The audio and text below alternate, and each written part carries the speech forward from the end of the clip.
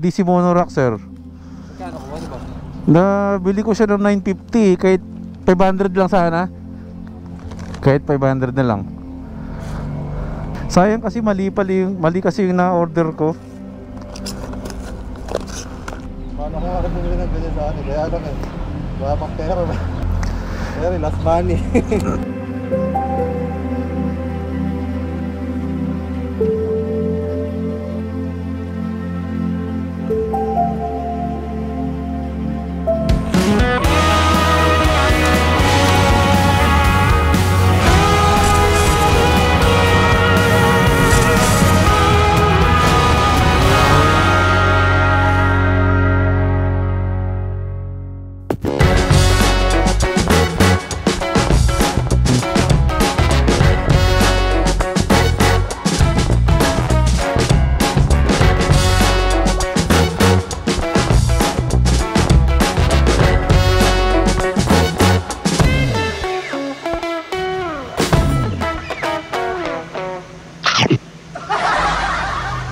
Niniwala ka bang mapapalitan na tong background ng motor na to?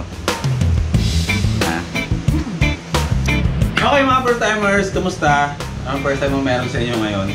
ECQ pa rin tayo, nakakainit na talaga. Pero today, operational pa rin ang first time moto. Bukas kami lahat dito sa sumapamatanda dito sa Malolos. Tuloy ang buhay, tuloy ang paghahanap buhay natin.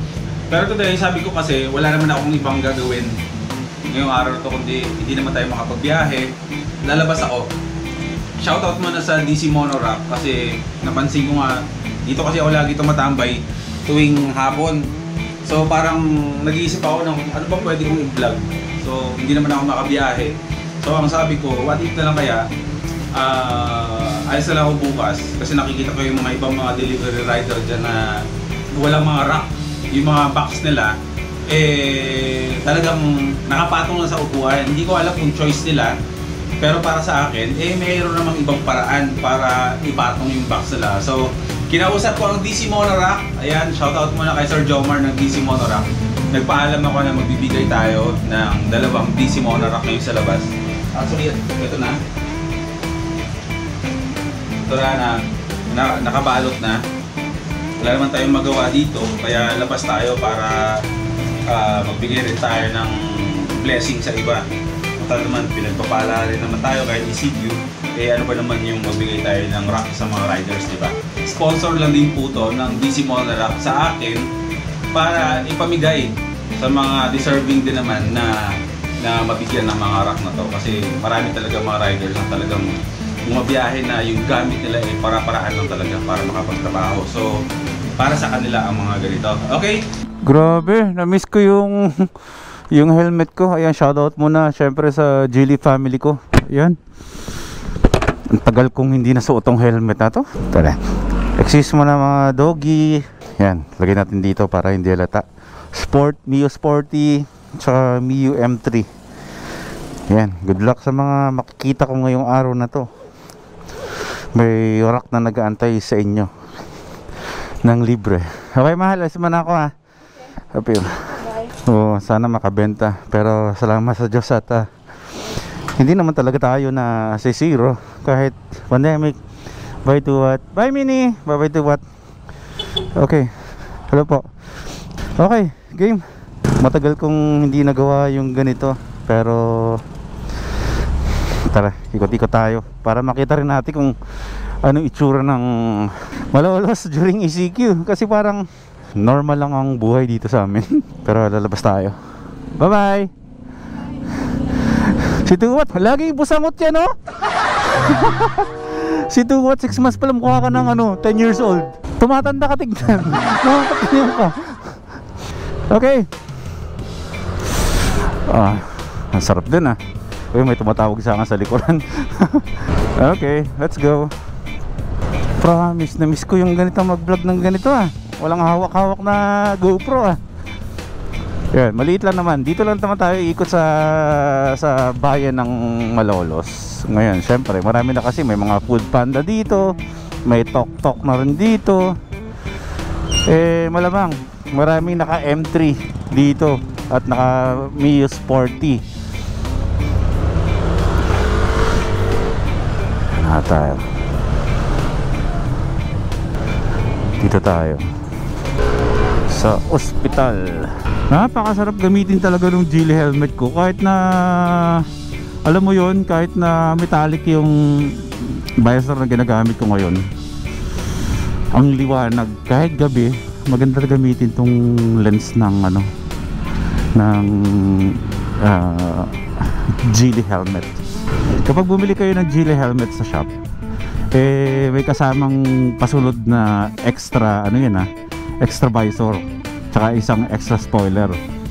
Maging ano kayo, kasi may mga, hindi ako sana naninira, pero kasi marami kasing nabibiktima na nakabili ng ibang helmet sa ibang shop na hindi sila nasama yung libreng spoiler tsaka libreng lens. Pakatandaan nyo na kapag bibili kayo ng Geely na helmet, kahit anong klaseng Geely helmet yan, lalo na yung GTS version 1 ngayon na lumalabas, ay may kasama talagang libreng spoiler tsaka lens. Yun ang unang-una yung itanong kapag bibili kayo ng Geely helmet. Pero syempre, para makasure kayo na meron kayo nun, meron naman tayo sa first time auto. Okay, labas tayo ng MacArthur Highway, hanap tayo dito.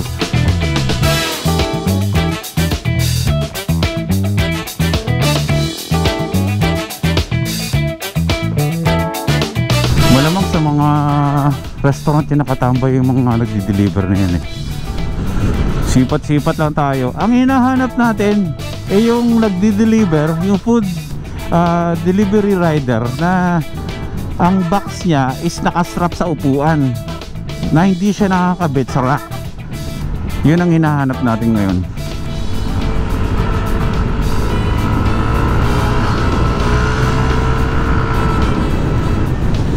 Ito meron yun eh, Food Panda yun eh, meron siyang rack. Parang wala akong makita dito. Ikot tayo dito, balik tayo. Lumalayo na ako, wala pa nakikita. Punta tayo sa bayan.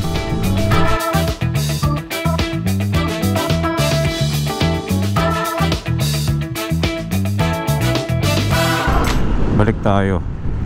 Kahit pa paano kasi nakaka-relate ako sa buhay ng mga delivery riders na to, kasi ito yung trabaho ng kapatid ko eh, si Master Trike, ganito. So alam ko yung hirap na pinagdadaanan nito. I mean, hindi naman sinasabi ko na lahat talagang nahihirapan sa trabaho nila, kasi lahat naman tayo kapag may pagmamahal talaga sa trabaho, kahit mahirap yan nagiging madali para sa atin yan. Syempre kailangan natin ng pera para mabuhay tayo, pero alam niyo yun, may mga riders talaga na makikita mo sa itsura nila na alam mo yun, na ultimong pambili ng rack na lang talaga. Alam ko gusto nila yan.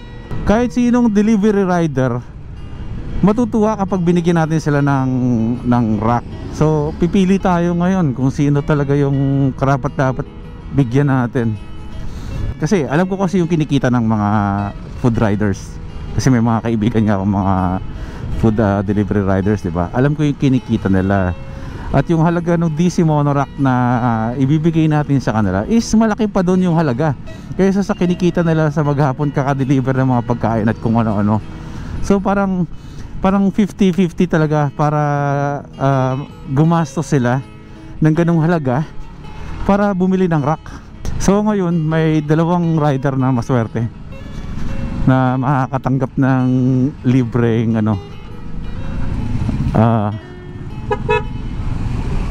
bro Sermoto. Hanap tayo, ikot-ikot lang tayo dito. Sa mga hindi nakaka-relate, parang ganito lang yun. Sabihin natin kumikita ako ng 500 isang araw, diba? Nagdi-deliver ako. Yung box ko is para-paraan lang yung pagkakatali, alam mo yan, para makapagtrabaho ako. Gusto ko ng rack, pero yung halaga ng rack kapresyo halos nung kinikita mo sa isang araw. Kaya syempre hindi ko makakabili, kasi mas gugusto mong itago na lang yung pera mo o ibili mo na lang ng pangangailangan sa araw-araw, diba? Parang ganoon. Kaya sana pagpalain pa tayo ni Lord para marami pa tayong pwedeng i-bless. Syempre yung mga kaibigan ko mga pinagpala na rin. Lilinawin ko lang din na Itong binibigay ko mga first timers hindi to galing sa sarili kong bulsa. Bigay lang din to. Tulad ditong DC Monorack, ginawa lang akong instrumento para gawin to, pero si DC Monorack mismo ang nagbibigay ng mga racks na to para ibigay sa mga dapat talaga mabigyan. So ako lang ay tagahanap lang ng karapat dapat na tao para mapagbigyan. Instrumento lang din ako. Ano tayo? Kumusta brother? Kumusta trabaho? Kumusta trabaho? Ayos lang? Nag-iikot-ikot lang ako. Ano ba yan? May first time mo pala dito. Mio Sporty yan bro? Sporty yan? Converted yan? Ha? Salty yan? No. Anong pinagkaiba niyan sa ano bro? Sporting dati? Kahalang. Ha? Kahalang? Pero yung mga mount pareho? Pinag-iisipan ko kung bibigyan ko siya kung siya first timer to. Kasi binati niya ako Pero kung kahalang ang pinagkaiba dyan, grabe, paano ba to? Hindi kasi ako masyado maalam sa mga Mio Pero baka kasi magkamali ako ng ano. Kasi ang alam ko, ang DC Monorack, meron siyang ano pang salty tsaka sporty. Sayang. Para sa kanya sana yun. Oo nga pala, nakita ko kasi sa mga stock doon sa shop, meron pang salty tsaka meron pang sporty. Sporty yung dala natin Sayang bro, sa'yo na sana to.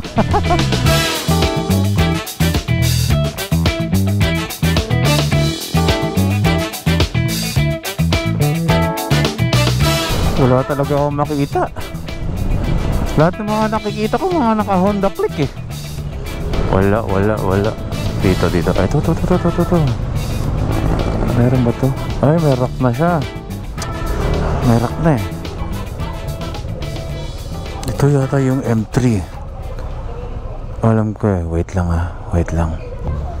Saglit lang. Ito mukhang naka M3 to. Saglit lang, antayin natin. Pasensya na kayo Hindi ko kabisado lahat ng mga motor Sir, may tanong po ako sir. Hindi to hindi to prank Talagang hindi ko alam kung ano yung M3. M3 ba sir yung motor mo? M3 yan? Oh. Nag-iisip kasi ako ng motor na pang-deliver ng kapatid ko. Maganda na boss. M3 maganda na yan? Bakit ganun? Saan mo tinatali yung ano mo? Wala kang rack? Bakit? Pagkasweldo. Nag-iisip kasi ako ng 600 na ako. Nakaka 600 ka na? Oo. 11. Baka makaisa pa. Uy, ba't di ka pa usong-usok kaya ngayon yung ganito? Ay, mga ganito. Bili po yun. Lang po. Kailangan ko rin po yun. Saan po ka nakabili ng mga? Sa dyan lang yun sir, sa first time moto dyan sa Sumapa.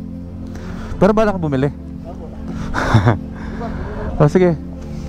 Pero kung may libre, tatanggapin mo? Kung libre, tatanggapin mo? Libre? Bibigyan ka ng rack? Gusto mo ba? Teka dito. Hindi bro, meron kasi akong shop. Kaibigan ko may-ari niyan. Kanina pa ako nag-iikot ng M3. Naghahanap ako ng M3. Nalilito ako sa MXI 125 o sa M3. Ayun bro, lumabas ako ngayon. Ito available to, binibenta ko talaga sa shop to. Nag-iikot ako kanina kung anong klaseng M3. Nalilito ako, kaya inabangan kita kasi walang sulat. Kaya sinur ko muna kung ano bro. Ayun bro. Sigurado po kayo sir. Hindi to lokohan. Hindi kita papahirapan kasi hindi rin kita ipaprank. Basta ibibigay ko po to sa inyo. Pwede mo nang ikabit yan para, ang sabi ko kasi mag-iikot ako para yung mga walang rack. Kasi nga diba tinatali nyo lang ng para-paraan. Pero Sir, pwede po pa sir. sa'yo na yan sir. Shoutout sa DC Monorack. Ayan. Thank you sir. Thank you. Ayan sir Okay, good luck. Naghahanap pa ako ng isang naka-sporty. Mag-iikot pa ako. Sige sir. Sana makatulong sa pagdi-deliver mo para hindi yan nakatalis din sa upuan.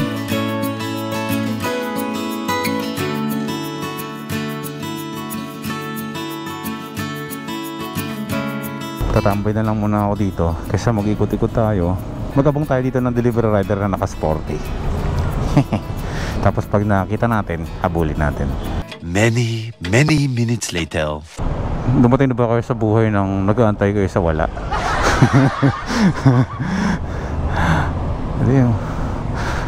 Tambay-tambay lang tayo dito. Umalis ako nang walang dalang pera eh. Mag-withdraw sana ako, kaso ang haba rin ng pila, blockbuster din pila ng mga ATM machines. Hindi, mga ATM pala. ATM na nga, machine pa. Eh yung M sa ATM, may machine yun. ATM machine. Abang-abang lang tayo dito. The next morning.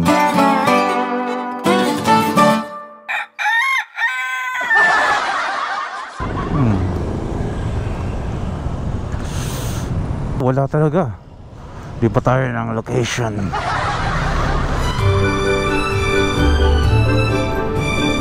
Ikot tayo pa Plaridel. Crossing Plaridel na tayo. Wala pa rin. Grabe. Sige, tsaga-tsaga lang tayo. May makikita rin tayo nito. Pulilan. Wala pa rin. Baliwag na tayo. Pero wala pa rin. Sige, hanap pa tayo. Wala. May nakita na ako sa wakas. Abuli lang natin. Kasi kanina pa yun eh.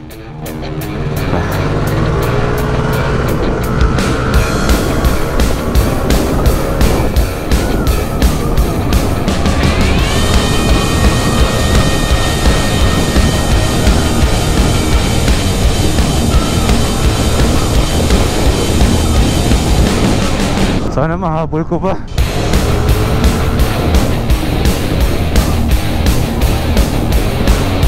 Saan na siya?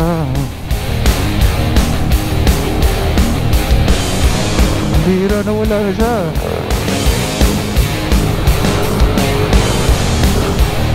Ayun siya sa kabila oh. Siya yung kanino. Ayan, nabuli natin na. Yun na sa kabila. Okay, Sir Jomar. Okay na, may nakita na ako. Grabe. Alas 2 ng hapon bago mahanap tong Mio na to. Teka na, saglit lang.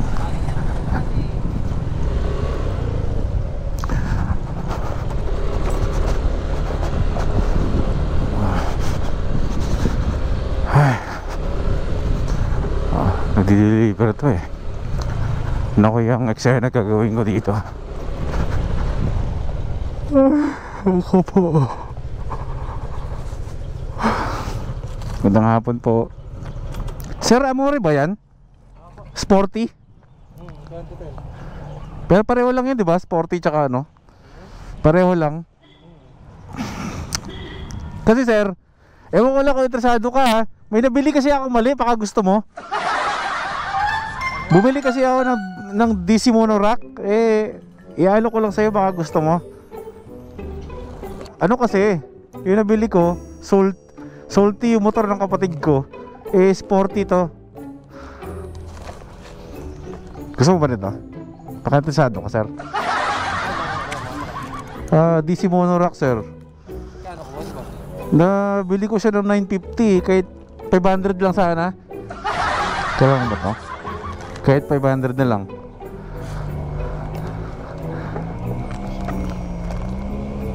Sayang kasi mali kasi yung na-order ko. Oh, sporty nga. Pero brand new pa to, sir. Oh. 950 ko nabili.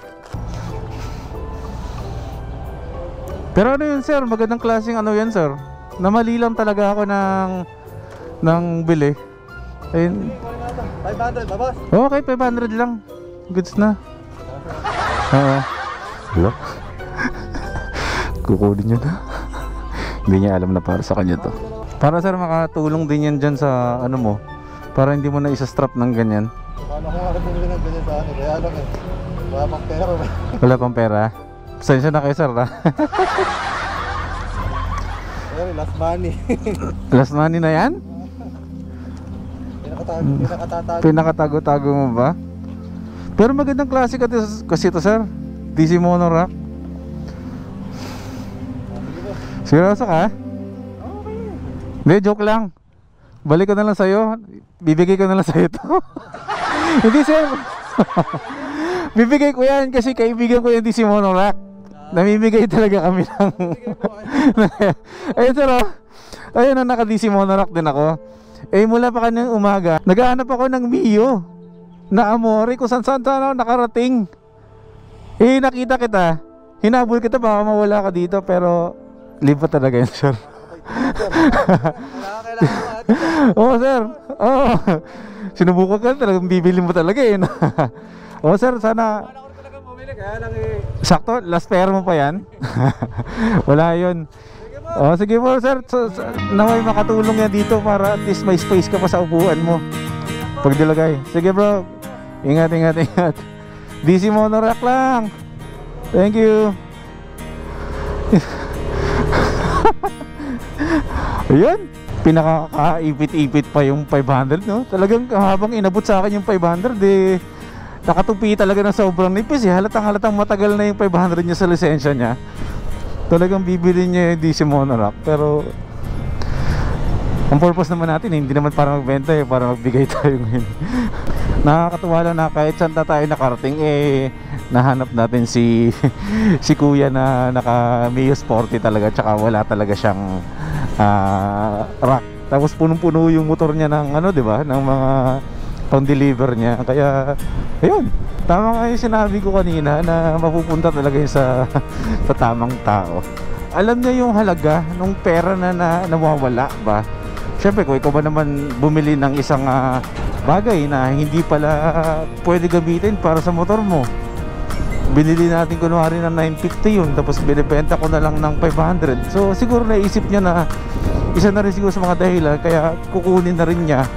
Maliban doon, unang-una kailangan niya yun. Pangalawa, syempre dahil siguro pandemic, siguro naisip niya na sayang din yung pera na pinambili ko dun sa rack na yun. Kaya siguro naawa na lang din siya sa akin. Pareho lang eh, natulungan natin siya.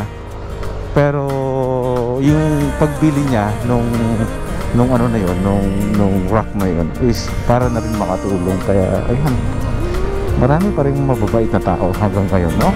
With all these things I'm going through, I still wish the best for you. You're not the only one to love.